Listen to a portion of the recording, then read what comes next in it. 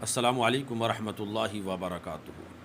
عید میلاد النبی صلی اللہ علیہ وسلم پر اعتراض کرنے والے ایک یہ بھی اعتراض کرتے ہیں کہ عید تو صرف دو ہے اسلام میں، تو یہ تیسری عید تم نے کہاں سے ایجاد کر لی؟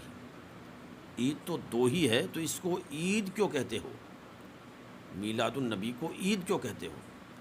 تو ایسے لوگوں کی خدمت میں یہ عرض ہے کہ اسلام میں صرف دو ہی عید نہیں ہے، بلکہ اللہ کے رسول صلی اللہ علیہ وسلم نے فرمایا کہ جمعہ مومنوں کی عید ہے، تو جمعے کو دن کو بھی عید کا دن کہا گیا ہے، تو دو عیدیں کہاں رہی؟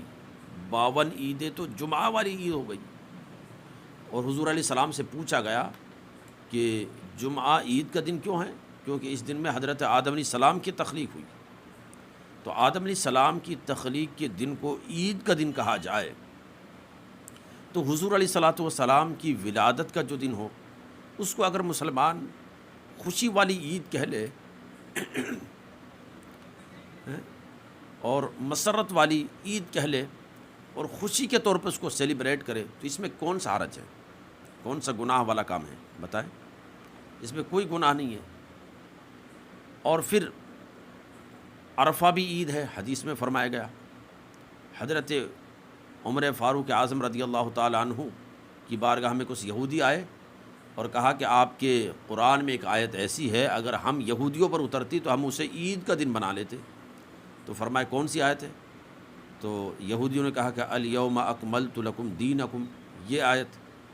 تو حضرت عمر رضی اللہ تعالیٰ عنہ نے فرمایا کہ مجھے خوب معلوم ہے یہ آیت کب اتری، کہاں اتری اور کس دن اتری۔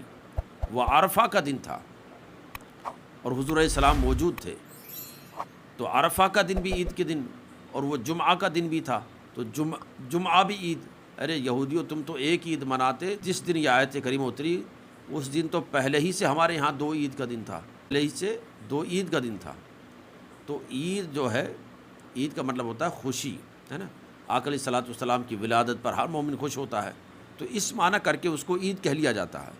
کوئی شرعی عید نہیں ہے نا، کوئی واجب نہیں ہے، ہاں اس میں کوئی نوافل وغیرہ نہیں ہے۔ ہاں ویسے خوشی والی عید ہے کہ رسول پاک صلی اللہ علیہ وسلم کی ولادت دنیا میں سب سے بڑی نعمت ہے۔ ہمیں بھی آج کل جب کوئی نعمت مل جاتی ہے، کوئی جاب مل جاتی ہے، کوئی بہت بڑا آپ کا فائدہ ہو جاتا ہے، تو آپ کیا کہتے ہیں کہ آج تو میری عید ہو گئی، تو مطلب کیا ہے؟ یعنی خوشی۔